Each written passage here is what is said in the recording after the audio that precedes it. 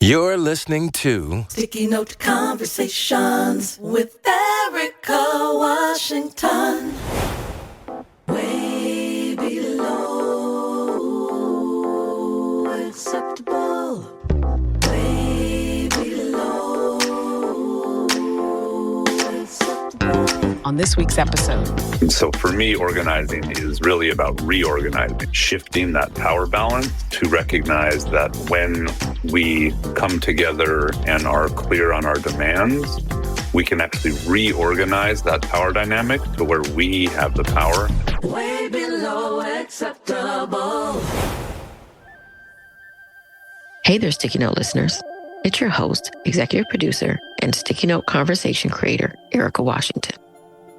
Did you know that 70% of elections go uncontested? That means only one person files to run for that seat, and no one challenges them or steps up to say, hey, I can do that too, and probably better. Our guest today is Tomás Garduño, and he's written a book to encourage and guide those of us who believe we could be a part of the solution. It's for anyone who believes that we deserve better. And I believe it's time we move away from idolizing the elite class, the glam and the glitter, and concentrate on the world around us and strengthening the community that shelters us and helps us raise our children. We are democracy personified. I hope you enjoy this conversation as much as we did. And once again, thanks for listening. Hey there, Sticky Note listeners. It's your host, Erika Washington, and we are back with another interesting and fabulous conversation. And this time, I'm actually interviewing and, well, let's not call it interviewing. We're going to scratch that. It's not an interview. We are having a conversation. This is just a conversation about organizing and why it is important as a community to have organizing skills and have an organizing base so that we can advocate for ourselves and our community around the things that we need to not only survive, but to thrive. And I think the best way to do that is to start with my guest. Tomás Garduño is joining me to talk about his book that he's written and also about the importance of organizing in communities, especially in a time like now, which I guess it's always a good time to organize, but right now it's feeling super, super urgent. So, Tomás, welcome to Sticky Note Conversations. Thank you, Erika. It's a pleasure to be here. I am very excited to have this conversation. We had a pre-conversation that I felt like, as a fellow organizer, could go on for a while, back and forth, because there's so many layers to it. So I'm glad we had that pre-conversation because it reminded me that I have to pull back a little bit, because I think as organizers, sometimes we can go down a little bit of a rabbit hole thinking about how we are needing to save our communities and save our country. Well, let's start with who you are. Who is Tomás? When you walk into a room and someone meets you for the first time, what do you want people to know about you? Well, I was born and raised in Albuquerque, New Mexico, where my family has been forever. We have very, very long roots that go way, way back to several parts of New Mexico on actually both sides of my family, but in particular my father's side of the family, which I think is particularly relevant to my work and to this book, who I actually dedicated to my grandfather, Erika Garduño, who was the first person on that side of my family to exchange his labor for a wage, right? So before that, we were subsistence farmers. We lived off the land, and we didn't need to have an income because we had land. And I think that's true for most working class folks in this country. If you just go back a few generations, depending upon who those folks are, but that's particularly true for Chicano people in the Southwest. And I mention that in particular because, it feels like the social, economic, and political system that fills our lives every day seems so powerful and strong and sort of ever present. But it was really only a few generations ago when we organize ourselves in a different fashion and a different way, and I would argue a better way. And I think that that's true, that it can change and we can find a better way to organize ourselves moving forward as well. So I, have a lot of connection and groundedness in New Mexico. Like I said, was born and raised in Albuquerque, the big city, at least for us in New Mexico. But I currently find myself living with my family, my partner, and my 2-year-old daughter in the Hudson Valley of New York. So my silly little joke is that I wish that New Mexico and New York were as close as they are in the drop-down menu when you choose your state as they were in the real world. Unfortunately, they're not. So I have a lot of love for both New Mexico and New York, and have been doing grassroots organizing for over 25 years on a variety of issues with a variety of different constituents in a variety of different places. That has I've sort of over time collected a variety of experiences that has led me to want to share that as an offering to the movement under the book that we just finished called Fundamentals of Electoral Organizing. And that's what I'm here to talk about today.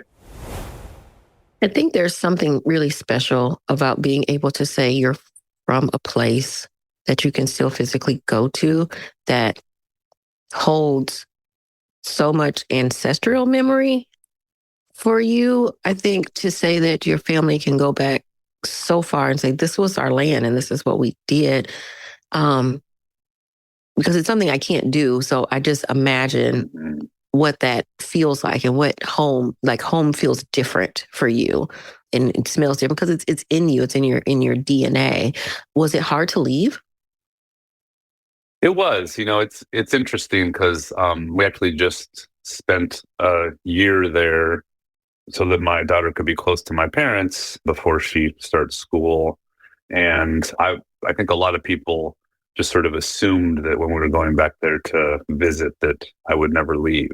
And I've had kind of a bit of a different experience in that I find that my rootedness and my history in a place like New Mexico has actually afforded me the opportunity to feel confident to explore and to go other places and to sort of live in other parts of the world, because I know that place and that home is sort of always there to go back to. Now, I should also say that our ancestral lands are currently owned by some rich folks from LA, right? So we don't actually own that land anymore. And I note my grandfather Federico's experience of being the first person to work for a living other than working the land was the first, but also a rapid succession of gut punches by the system that we live in that led to a lot of folks moving to the city, including my dad,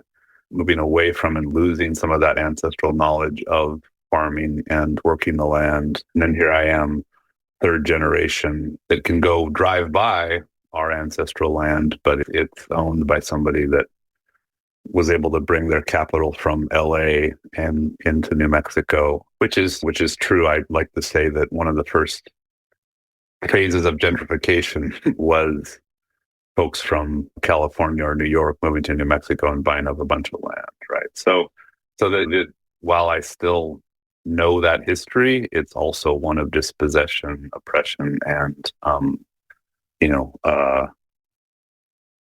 exploitation. And that's part of what has motivated me and kind of got me into this path, is the recognition that the United States of America and capitalism in particular has obviously been a huge negative for most of us. And at the same time, it's also the place where we have the biggest opportunities to advance a working class agenda. I'm trying to hold both of those things at the same time. And so for folks who may not really know what it means to organize or be an organizer, I think that it encompasses a lot. And so I think sometimes you think about unions or what have you, but there's so many levels to organizing. And I do know that when I started in this work, I don't think I really knew what it meant when people say, can you organize people? Like, organize them? How do you organize people? So how would you describe what organizing is? It's a great question. And I think, while there's no simple answer to it, when I speak to folks that are, that I'm reaching out to about being potential leaders in any given campaign or et cetera, what I like to say is that we're all organizers. It's a question of what we're organizing for and with whom, and do we have the tools necessary to enhance or improve our skills, right? So organizers can be the folks that are determining the carpool to school for the kids in the neighborhood. Organizers can be folks that are getting people to donate coats at the local church drive, et cetera, right? We're all organized in one fashion or another. The question is it in our own best interest? And usually the answer is no, right? We're organized as workers for the benefit of the bosses, right? At the end of the day, or we're organized as constituents of politicians. We're organized as tenants of landowners, blah, blah, blah, blah, blah, right? There's a lot of those different things. And so for me, organizing is really about reorganizing, right?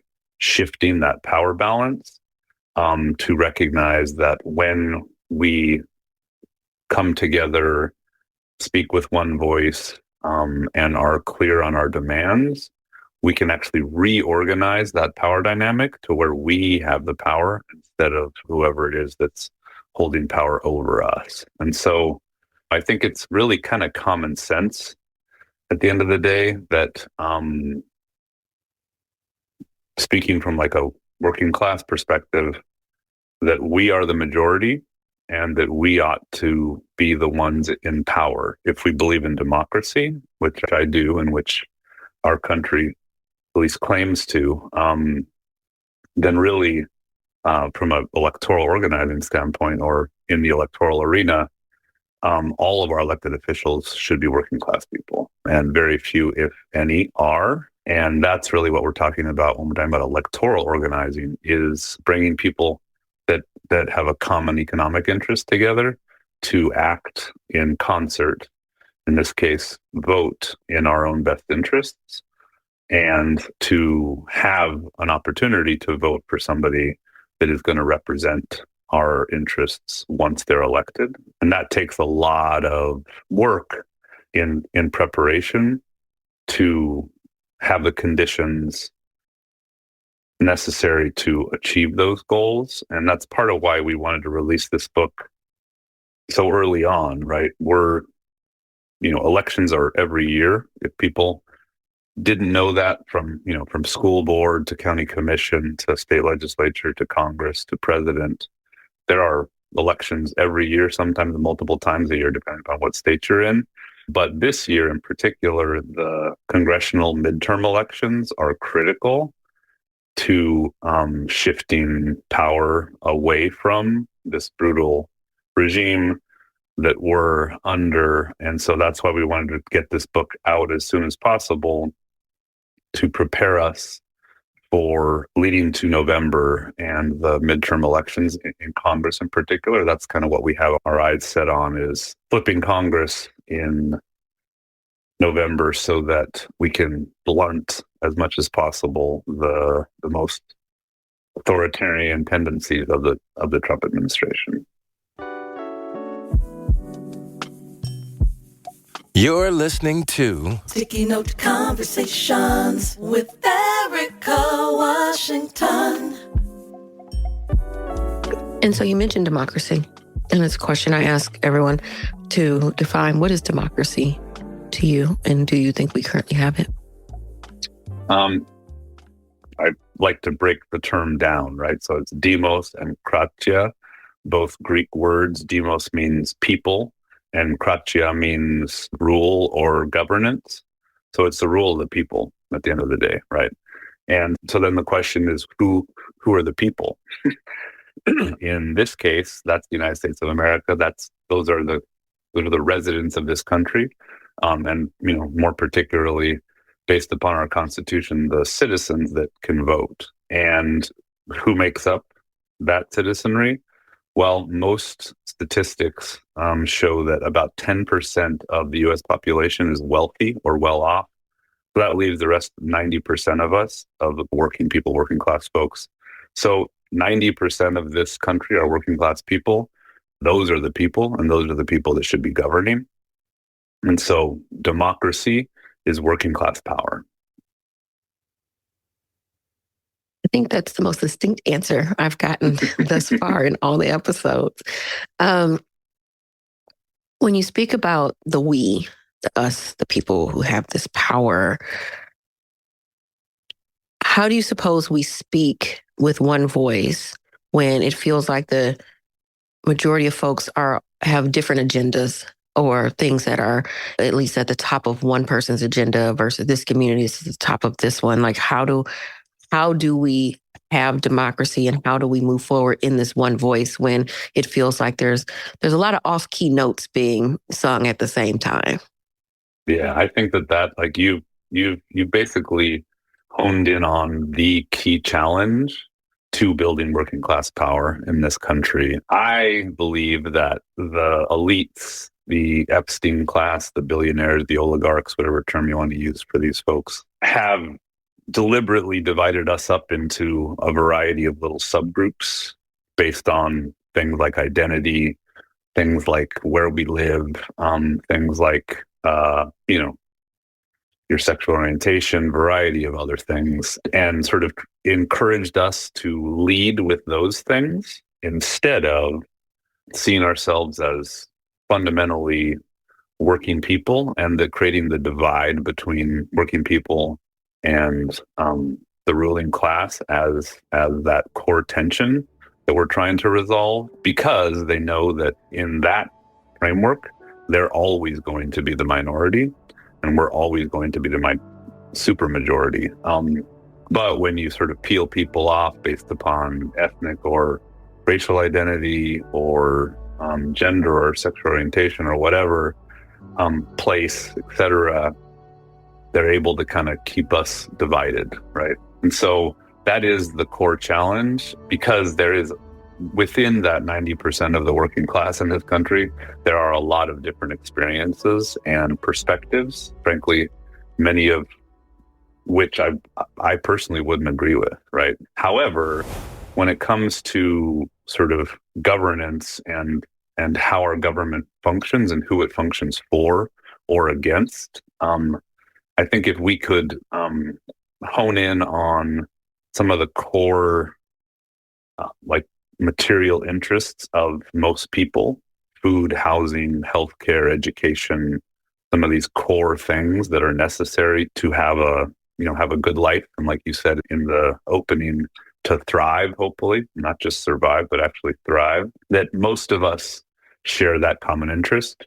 We may have a difference of opinion on how we live our lives and what we choose to focus our time and energy on, but we all need shelter. We all need good, affordable healthcare. We all need healthy food, etc. Right? And so there's a variety of those things that, from what government does and how it functions perspective, I think that's the most important thing. And the more we see each other in how all of those can benefit us being the 90% of the working class in this country, that can, I think, overcome some of those differences that exist, right? And then I think also, frankly, will help us see each other and see those differences as a net benefit, and can kind of break down some of those barriers that the elites have built up between us,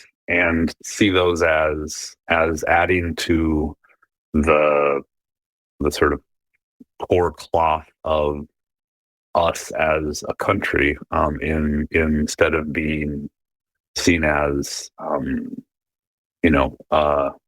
as scary or other or different. And so that's the challenge at hand. You've been organizing, you said, for like 20 plus years. And 25. You said that 25 in this book, the how-to, the fundamentals of electoral organizing. I think you mentioned when we talked before that this book, would have been helpful to you 25 years ago. What is it that you've learned in hindsight from your beginning days of a baby organizer to now? Like, is there one big lesson that you've learned in all of this work? That's a great question. Well, the first thing that comes to mind is be humble, right? That there is no formula for exactly how to do this work. And, I certainly definitely consider myself an organizer and feel like I have learned a tremendous amount and also added to the conversation of how we get better at organizing. And I also think that being a good organizer is being a good person, right?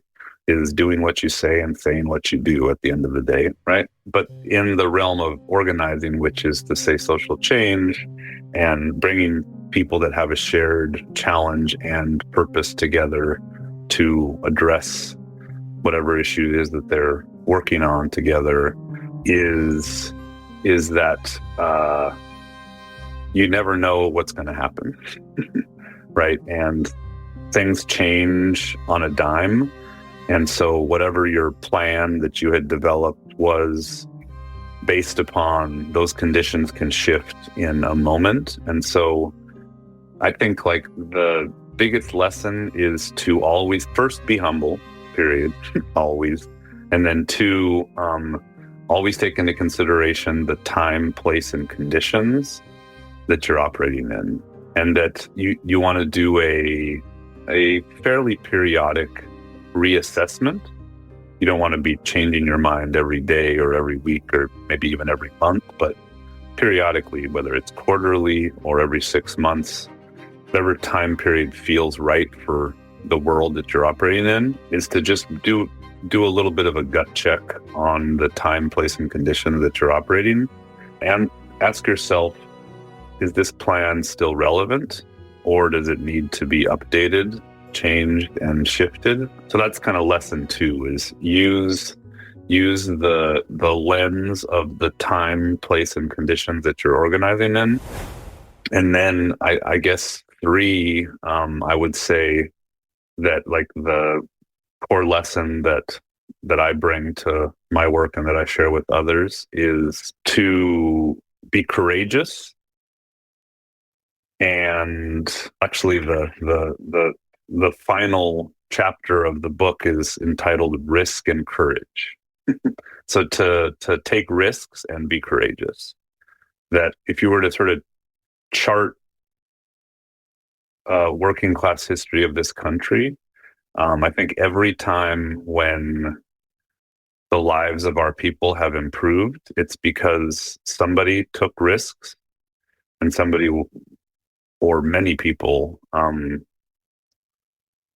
used the courage deep down inside of them to try something new and to do something differently. And that's the recipe for a better world for all of us.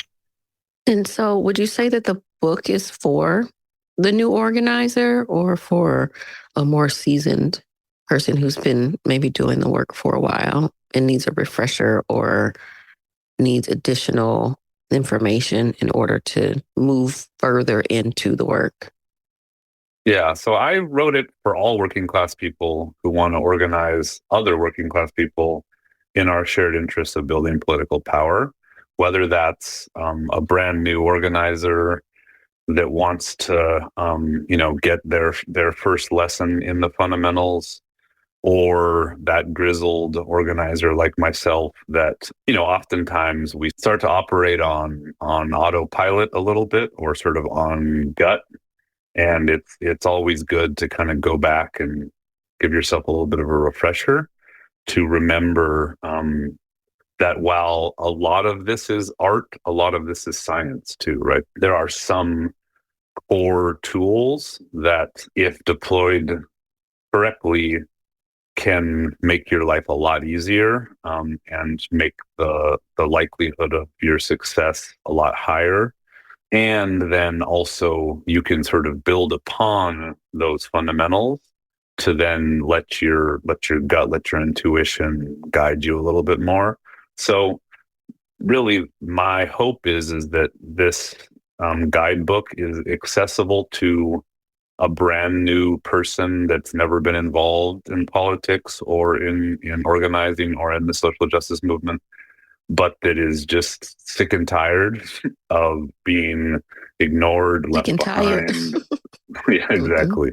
Screwed over, and just wants to do something, but isn't necessarily your joiner type, right? I think that's another sort of limitation that we run up against in our more conventional organizations, is that we find the low-hanging fruit, which is good, right? And we get those folks and funnel them into our organizations. They become leaders, and we, build a base and grow our power through those campaigns that we run, which is wonderful. However, the super majority of people out there are still not engaged, whether it's in organizing campaigns, in elections, in general, right? That there's still a lot of people that we're leaving on the sidelines that we want to encourage to step on the field, and so my hope is that this guidebook can be a way for people to choose their own path and to maybe develop their own efforts and ways to make social change that will improve their lives, the lives of their friends, family, neighbors, coworkers, etc., that maybe we hadn't even thought of yet, but that with these fundamentals, they can do it on their own too.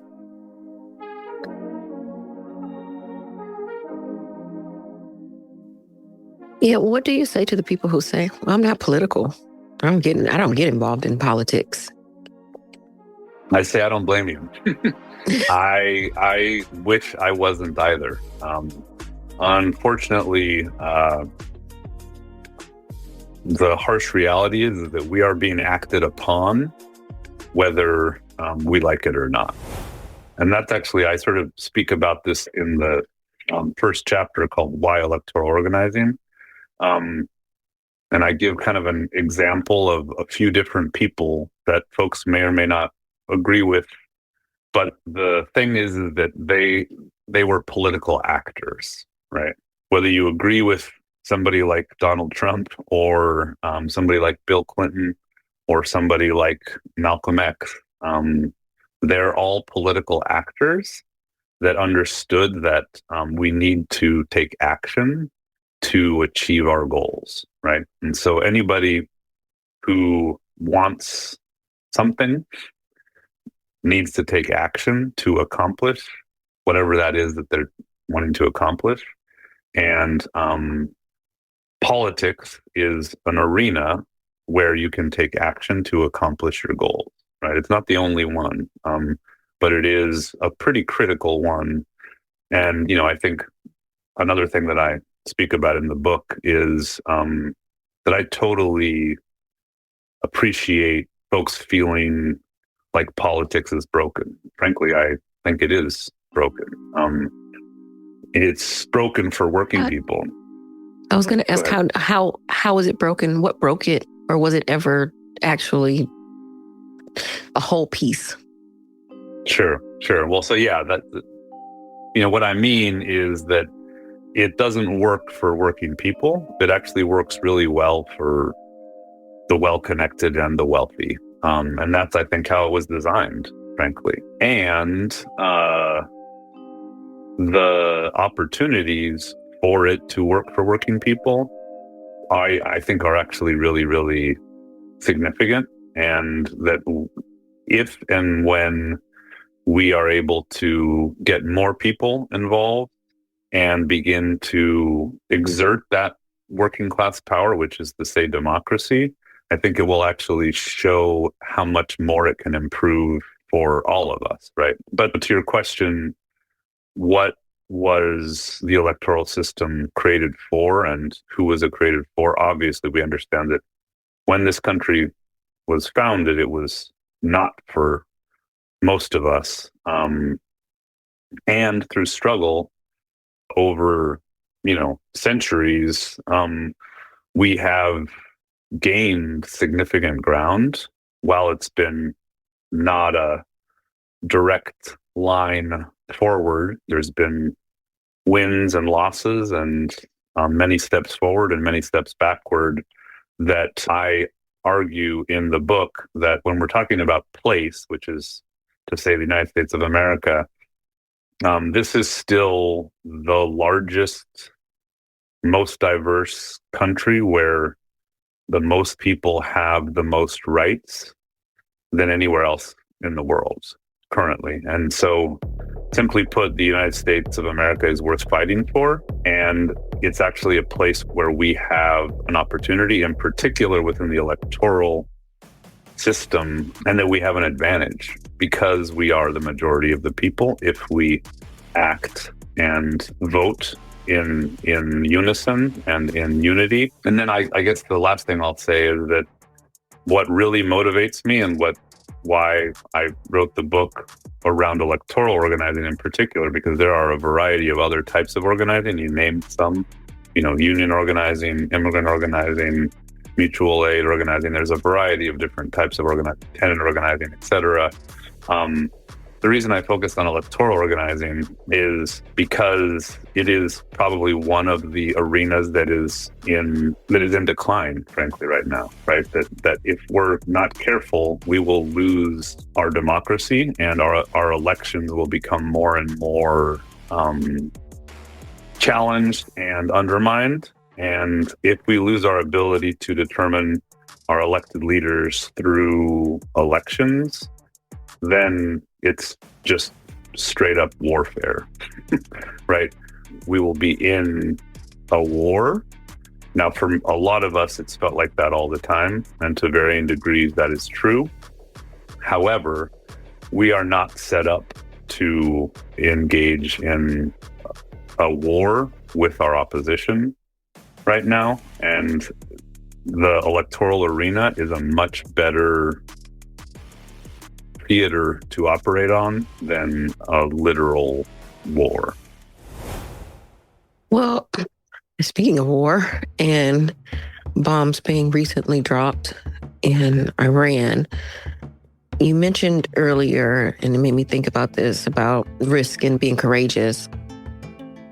In a time like this, when there are so many proverbial fires going, whether it's a conversation around ICE and detention, or Gaza, or Iran, how do you instill the actual juice that's needed for someone to be courageous? And in thinking about that, because I know that I have talked to people over the years who talked about if they lived during certain times of life, the civil rights movement, or even the gay rights movement in the 70s and 80s, getting to Stonewall, that they wouldn't have stood for it. They wouldn't have been able to get them. They would have fought and they would have taken action and all these things.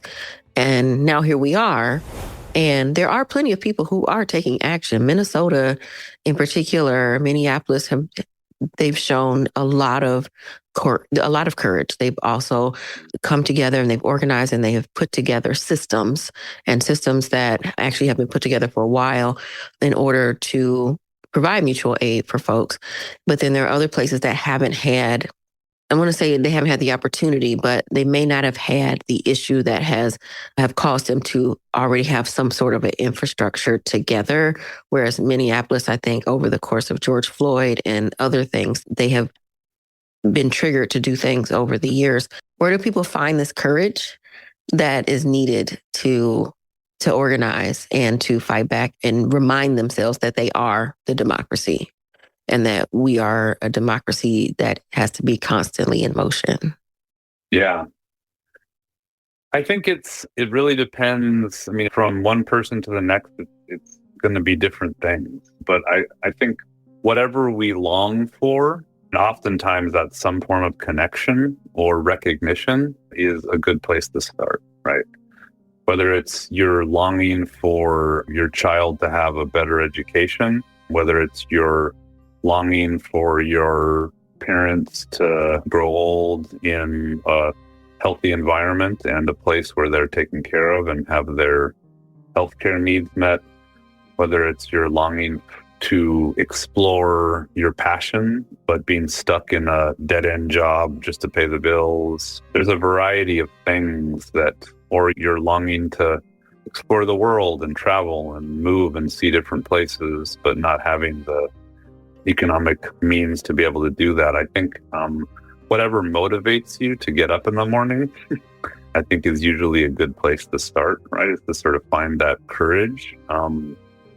And then to find other people that share your passion, that share your interests, that are also longing to do X, Y, and Z, and then figure out how you all can support each other in accomplishing those things, right? Because oftentimes, whether it's the violence of masked armed federal agents like ICE, or your boss telling you got to come in on a Saturday when all you wanted to do was go watch your kid's little league game, to you having to call your landlord for the 15th time because the water heater is broken again. All of these things are things that are preventing our ability to lead as full a life as we'd like to, right? And so drawing on that motivation and that desire to live the life that you want to live, I think is a really good place to gain the courage to then take action, ideally with others that have a shared interest. And that's really where change starts to happen, is being willing to be courageous, take action, and do it with others. That's when the powers that be and the entrenched wealth in this country really starts to stand up and take note, is when we do that over and over again. And we do it in a way that when we're taking those actions, we're exerting force on as strategic a place as possible. And I find that elections are one of those very strategic places, because it's who determines who gets to write the rules that then we then operate off of. And so if we don't want for our boss to be able to tell us when and where to come in to work without any parameters, if we don't want armed agents roving our streets and murdering our citizens, we don't want our landlord to be able to neglect the repairs that they should be making in a timely manner, then we need to change the rules, and we need to change who are making the rules in the first place. When we talked earlier, one statistic that you mentioned to me was that 70% of elections go uncontested. And I thought about that, and I think that, wow, what a large number of races that had no opponents, that no one challenged them. And mind you, there are some folks, maybe they don't need to be challenged. Maybe they're doing a great job, but maybe not.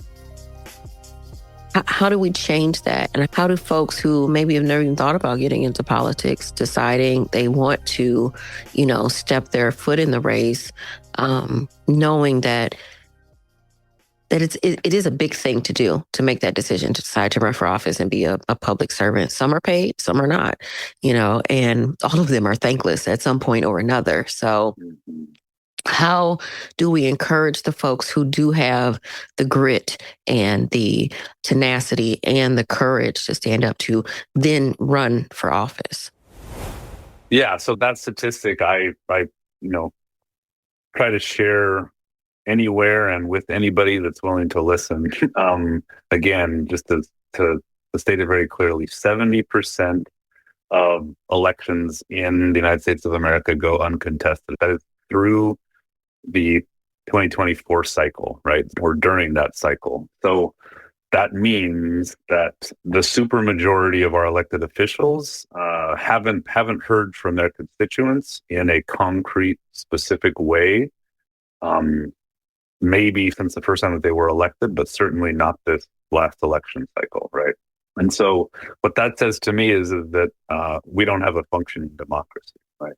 That we ought to have, contested races, just like if you're an athlete or in any other type of contest, you are best when you have an opponent, when you have somebody that you're needing to rise above and perform better than. And so, really, if our elected officials care about their constituents, they would welcome the challenge to be able to speak to why they're the best person for their position and to prove that through their record. And so that's really what this guidebook is encouraging people to do, is to run for office, is to get involved in existing candidates' campaigns that they believe in, and to learn the skills necessary to make our democracy more functioning than it currently is today.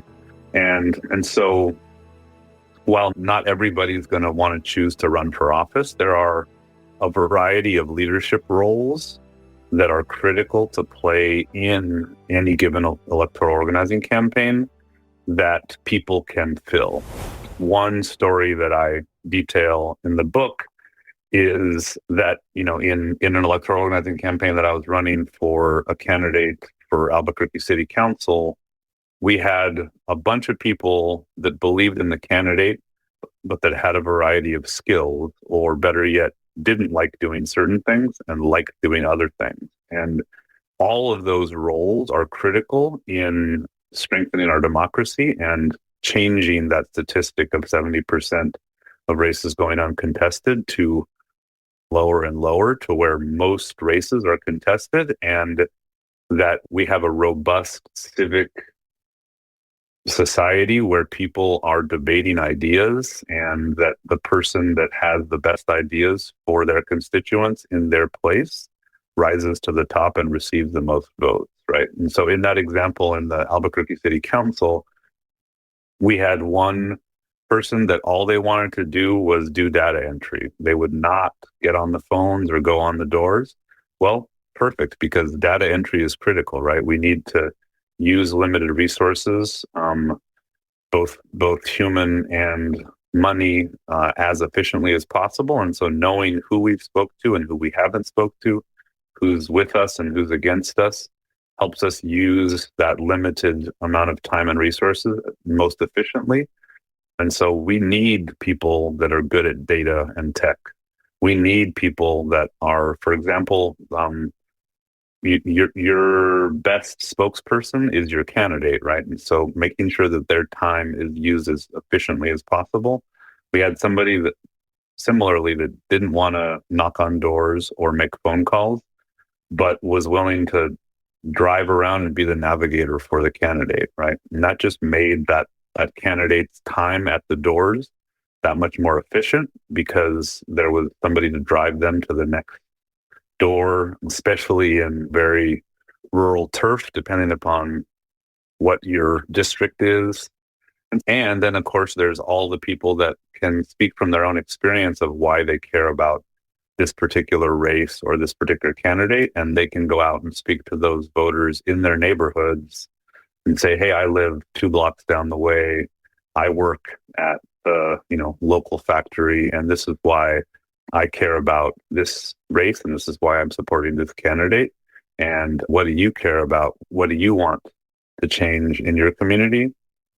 and start that dialogue that begins in those conversations about this particular election, but doesn't end there, right? And so after that process, then you have a whole new set of people that are engaged and active in their community. And then hopefully, maybe not too far down the road, that person then decides to run for school board, or for maybe they decide to challenge that same city councilor that they decided to vote for in that election cycle, not because they're necessarily completely in opposition, but it's time for new leadership, right? And so the hope is that little by little, taking initially small steps, people see how possible it is to make change in their communities, and then how possible it is to run and win elected office.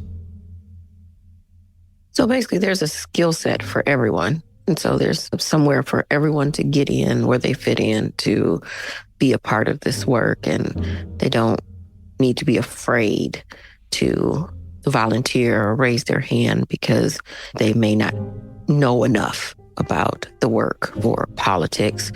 But, it's a learn as you go. And I think that exactly that is a key, especially for me. 'Cause like I said, when I got into this work, I don't know that I really ever heard anybody talk about organizing in that way. It's like, what does it mean to be an organizer? And then I started doing it and realized I was actually pretty good at it. So, but it was based off of other skill sets that I had from past jobs.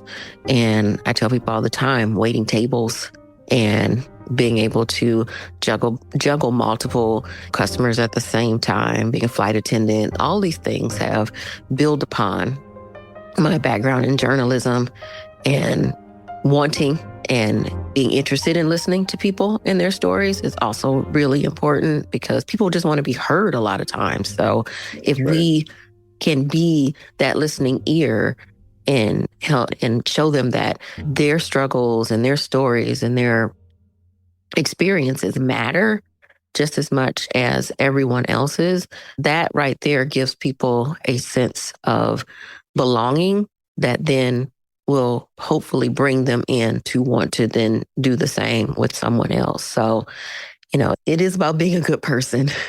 That's right. That's right. Exactly. Yeah. And I also find, in what you were saying, I was just thinking about how within most sectors of organizing, but in particular community organizing, we oftentimes think of elected leaders or decision makers as people that we want to pressure to meet our demands, which is true, of course. And oftentimes the sort of thing that I always found frustrating about a lot of the training and skills that I was given, coming up in organizing, was that for some reason we sort of stopped leadership development at the elected official, right? That you could become a leader in your community, you could become a spokesperson for the organization, you could become a really strong facilitator. There were a lot of skills that you could develop to be a leader.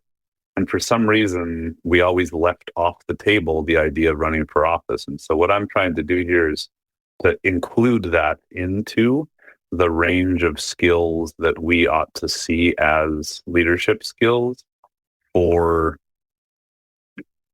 being a good organizer and for helping make change in our communities, right? So we're not just figuring out how best to put pressure on the decision makers to meet our demands. We're also figuring out how best to replace that decision maker if they're not willing to meet our demands. So as a 25-year veteran of organizing, I would imagine you've seen a lot of ups and a lot of downs. You've organized in a lot of spaces and places and had some wins, had some losses, whatever that looks like. What's your why, and why do you keep doing it? Yeah, for me, the why is my daughter, that I want to see her live in a better world than the world that I grew up in. And I think that's true for all of us, whether we have kids or not, that we're just always constantly trying to improve our lives and the lives of the people that we care about. And seeing how much, in this case, my daughter, but people can thrive when their conditions are ideal or better than they have been in previous generations. I think it just really unlocks the human potential and the potential for us as a society to I think like to be able to accomplish what is maybe only in our wildest dreams right now is I think really in our grasp, if we're able to, again, like I said, change those conditions. And so, it can go from the very, very personal all the way to the very broad societal. But I believe that we have a lot more to offer than we're currently able to tap into. And the more that we're able to improve life for the majority, which again is the working class of this country, all these new possibilities will become unlocked. And I think it'll be better for everybody.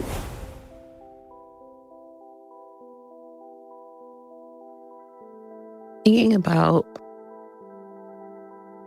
you as a person and your heritage and your long lineage of being in this place before it was named this place, your ancestors, and then thinking about the future of your daughter, what is your version of the American dream?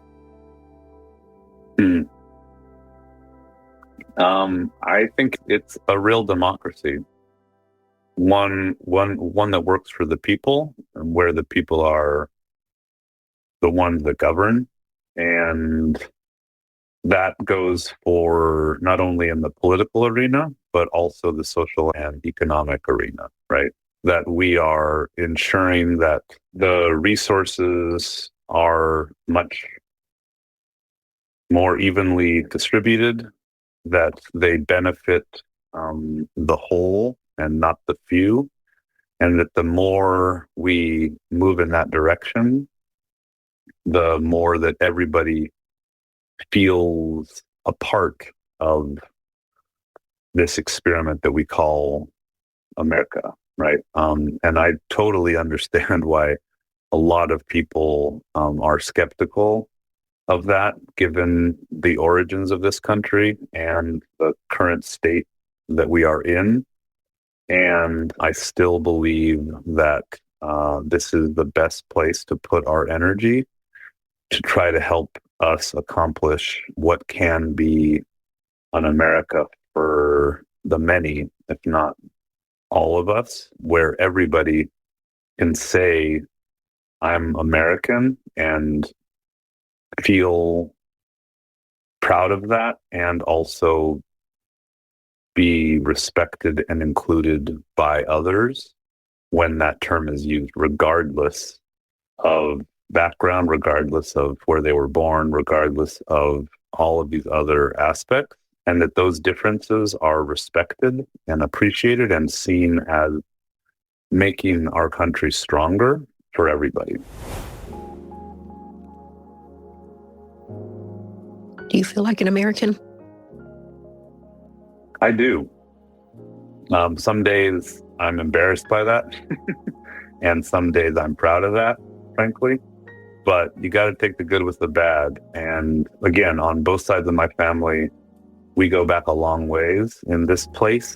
And while it's been a lot of different things over those years, I think we're generally headed in the right direction. And that's because of all of the amazing working class leaders that we've had over these generations that have helped steer us in that right direction. And I want to be a part of that lineage. I believe I am. And I want to encourage the next generation to continue on that lineage and bring more and more people in on that journey. And I think that if we do our part, each of us, I think much sooner than later, we will all feel proud to call ourselves American. I love that you sound hopeful, because I think that is a part of our necessary resources and toolbox in our toolboxes to keep hope alive. Before we go, we're going into, this is a midterm election year. What is your hope for this midterm election cycle? Yeah, so that's really we launched the book, Fundamentals of Electoral Organizing, on February 3rd, about a month ago, because that was 9 months from election day, from the November midterm elections, on purpose, because we want to see this as birthing a new world into being, right? And that starts with the midterm elections. And so, first and foremost, we want to contest as many races as possible. So we want to reduce that 70% number to as close to zero as possible this year around by getting this booklet in the hands of as many working class people as possible. Our goal is by May 1st to have 1,000 sold. We're a couple hundred in. And so we would love to, we would appreciate folks going to the website, fundamentals-of-electoral-organizing.org, and purchasing a booklet. They're $10 each. So super, super accessible, with a lot of content. And think about running for office. It doesn't have to be Congress right away, right? There's a lot of state legislative positions that are up, a lot of county commission seats that are up in your, in your community. You can research at your Secretary of State's website or your local county clerk's website to see what races are up. But then also, like I mentioned earlier, being a candidate is not the only most important thing, right? There's a lot of other roles to get engaged as a volunteer in whoever is running for Congress in your district that you think best represents your interest and the interests of your folks, and get involved, commit to volunteer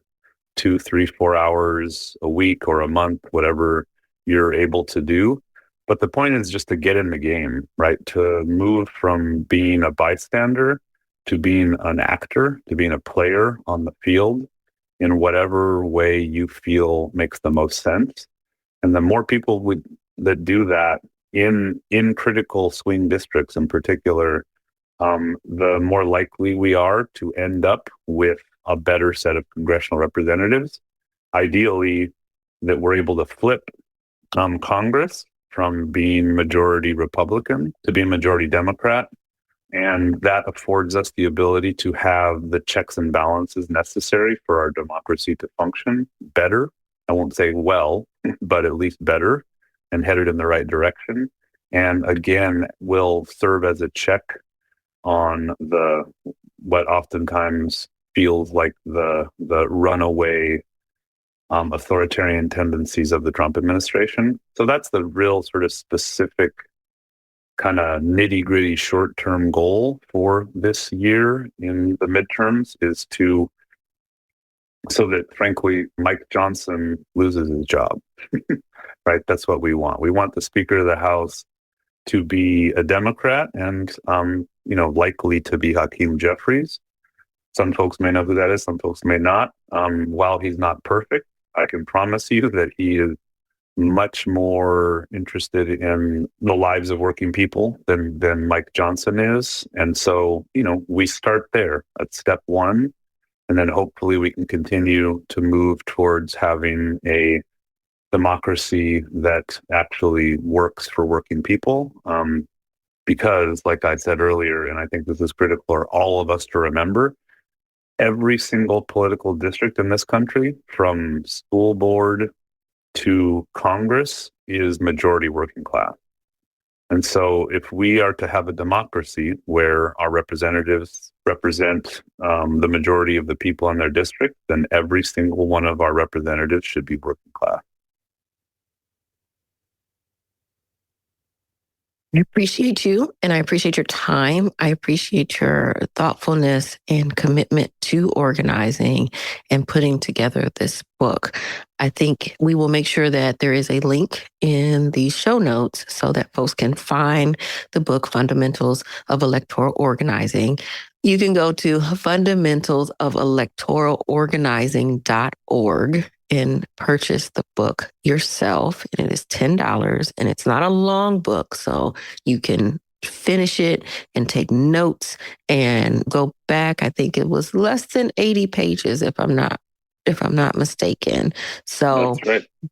You don't have to feel overwhelmed. To be exact. 67 pages. You can do that in an afternoon instead of scrolling, and learn more about organizing and how you can join the movement for us to be a community once again. But again, Tomás, I am grateful for your time and your commitment to this work. And I'm so grateful for you to be a guest on Sticky Note Conversations.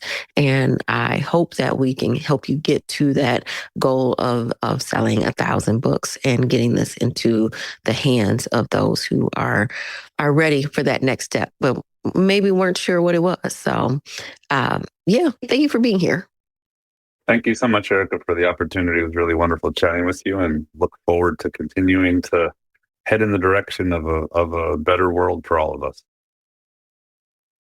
No truer words have been spoken, and I think that is a good place to end. So this has been another episode of Sticky Note Conversations. I hope you enjoyed this conversation as much as we did.